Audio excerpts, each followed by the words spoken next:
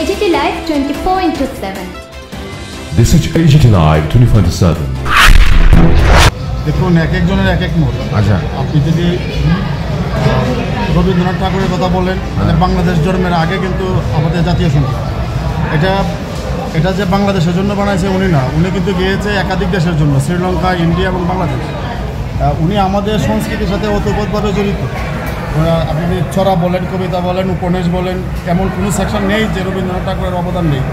আপনি যদি ময়মনসিংহ জেলার 18 বাড়ি ঈশ্বরগঞ্জ নামক একটা জায়গা আছে, যেখানে রবীন্দ্রনাথ, উনি শান্তিনিকেতনের ছাত্র ছিল, উনি মহিমচন্দ্র ওনার ছাত্র। রবীন্দ্রনাথ ঠাকুর আপনার 18 বাড়ি এসেছে, উনি উন্মোচন করেছে। ওনার সংস্কৃতি ভোলার মতো না। এখন একটা মহল তো আছে জাতীয় সঙ্গীত পরিবর্তন করার জন্য, কিন্তু আমরা সচেতন নাগরিক হিসাবে আমি চাই না। কিন্তু একটা পক্ষ তো লেগেই আছে, যে পক্ষটা এটা আসলে কথা বলে রাজনৈতিক হয়ে যায়। এই পক্ষটা আসলে শুরু থেকেই ছিল, এখন থেকে না, শুরু থেকেই ছিল। আর জাতীয় সঙ্গীত তো সেটা বাংলাদেশ জন্মের আগের সঙ্গীত। এখন আমি আমার মত পেশ করলাম, কে কী বলবে, কে কী করবে। আপনি কি মনে করছেন, শেখ হাসিনা কি আবার ফিরছেন দেশে? শেখ হাসিনার অবদান তো অতুলনীয়। আমি একজন বাংলাদেশের নাগরিক হিসাবে বলতেছি, শেখ হাসিনা দেশের জন্য অনেক কিছু করেছে। হয়তো ওনার ভুল আছে, আমি কথা বলি না, কেউ বলে উঠবেন না। ওনার কিছু লোক ছিল, মন্ত্রী এমপি বলতে পারেন, ওরা লাইন ছাড়া বেলাইনে কথা বলছে, আসলে পাবলিকের কথা চিন্তা করে নাই, যার জন্য কিছু মানুষের জন্য ওনার দুর্নাম হয়েছে। আমি আমার দৃষ্টিতে বলবো উনি খুব ভালো, নিঃসন্দেহে ভালো। উনি দেশের উন্নীত করেছে, কিন্তু ওনার দলের লোক দেশের ক্ষতি করেছে, সেটা আমি নিঃসন্দেহে বলবো। কারণ আপনার দেশের টাকা বিদেশে পাচার করেছে, এটা কোনো প্রয়োজন ছিল না। আমাদের যে ঋণটুকু আছে, যে বিশ্বব্যাংক থেকে, বাহির থেকে যে ঋণটুকু নিয়েছে, এই ঋণটুকু হতো না যদি না শেখ হাসিনা দলের লোক যদি এই টাকাগুলো পাসিং না করে। কিন্তু নেত্রী হিসাবে উনি সফল, এবং আমরা ওনাকে চাই, আবারও চাই। কিন্তু ওনার কিছু যে দুষ্কৃতি আছে এটি সংশোধন হোক, এবং ওনার যে দেশের যেগুলি ভুলগুলোর কারণে আজকে উনি নির্বাসিত, আশা করব যে এই ভুলগুলি শুধরে যাতে উনি সঠিক পথে আসে, ওনার দলের লোকগুলো যেন ভালো।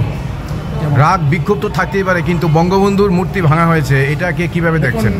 এই প্রশ্নটা আসলে যদি আমি একটু ছোটো করে বলতে চাই, এই প্রশ্নটা খুবই আসলে মর্মাহত। কারণ জাতির পিতা উনি না আসলে আমাদের একটা দেশ পেতাম না, আমরা একটা আয়তন পেতাম না।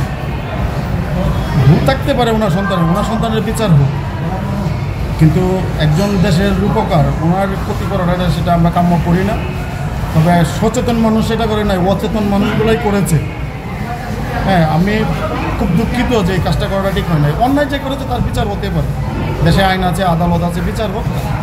কিন্তু মুক্তির সাথে এটা তো সম্পর্ক নয়। খুব কষ্ট পেয়েছে। 3 মাসের অন্তরিম সরকার মোহাম্মদ ইউনূসের যিনি দায়িত্বভার নিয়েছেন, এখন কি মনে করছেন আপনারা বাংলাদেশবাসী হিসেবে, যে 3 মাসের মধ্যে কি আবার নির্বাচন সম্ভব হবে করাবেন উনি? হলে কি আবার সে বিএনপি এবং আওয়ামী লীগ একই সাথে মানে তারা নির্বাচনের প্রতিদ্বন্দ্বিতা করবে কিনা? পরিস্থিতিটা কি জায়গায় আছে? পরিস্থিতি আগের চেয়ে এখন শান্ত। আমি কথা যদি বলতে চাই, আসলে রাজনৈতিক হয়ে যায়।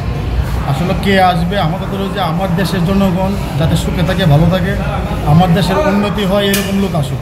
ইউনূস সাহেব আসবে নাকি অন্য কেউ আসবে সেটা জানি না। আওয়ামী লীগ এসে কি আবার হাল ধরবে কিনা, বিএনপি ধরবে কিনা জানি না। তবে দেশের জনগণের যদি উপকার হয়, সেটাই হচ্ছে আমার বড় কথা। যদি আওয়ামী লীগ আসে, গুড, ভালো করুক। যদি মন্দ করে, আসার দরকার নাই। বিএনপি আসুক, ভালো করুক, সেটাই আমার। 21শে ফেব্রুয়ারি কি হতে যাচ্ছে এবার, আপনি কি মনে করছেন? 21শে ফেব্রুয়ারি আশা করি ভাষা শহীদ যারা জীবন দিয়েছে ভাষার জন্য, অবশ্যই শ্রদ্ধা সম্মান আগে দিয়েছি, এখনও দিব। এটা নিয়ে আমরা আসলে কারোর প্রতি খুব নেই, কারণ তারা তো আমাদের জন্মের আগে আমাদের দেশের জন্য, একটা সংস্কৃতির জন্য তারা জীবন দিয়েছে। তাদের সাথে তো আমাদের কোনো রাগ নেই, তাদের সাথে আমাদের কোনো বিতাভেদ নেই। ভারত বাংলাদেশ মৈত্রী, বিশেষ করে ভারত সরকারের বেশ কিছু প্রজেক্ট, বাংলাদেশ ভায়া বাংলাদেশ, বাস এই যে আপনার দক্ষিণ এশিয়ার গেটওয়ে ইত্যাদি ইত্যাদি প্রকল্প, এবং আগরতলা টু কলকাতা যে রুট ম্যাপ ইত্যাদি ছিল, এবং অন্তর্রাষ্ট্রীয় যে ব্যাপার, কমার্স ইত্যাদি সম্পর্কে এখনকার পরিস্থিতিতে কীরকম প্রভাব পড়তে পারে মনে করেন? দেখুন, ভারত আমাদের প্রতিবেশীর সাথে সুসম্পর্ক, এটা সকলেই চাবে, আমরাও চাই। ভারত আমাদের সহযোগিতা করবে, এবং আরও ভালো যাতে সহযোগিতা করে সেই কাম্য করি।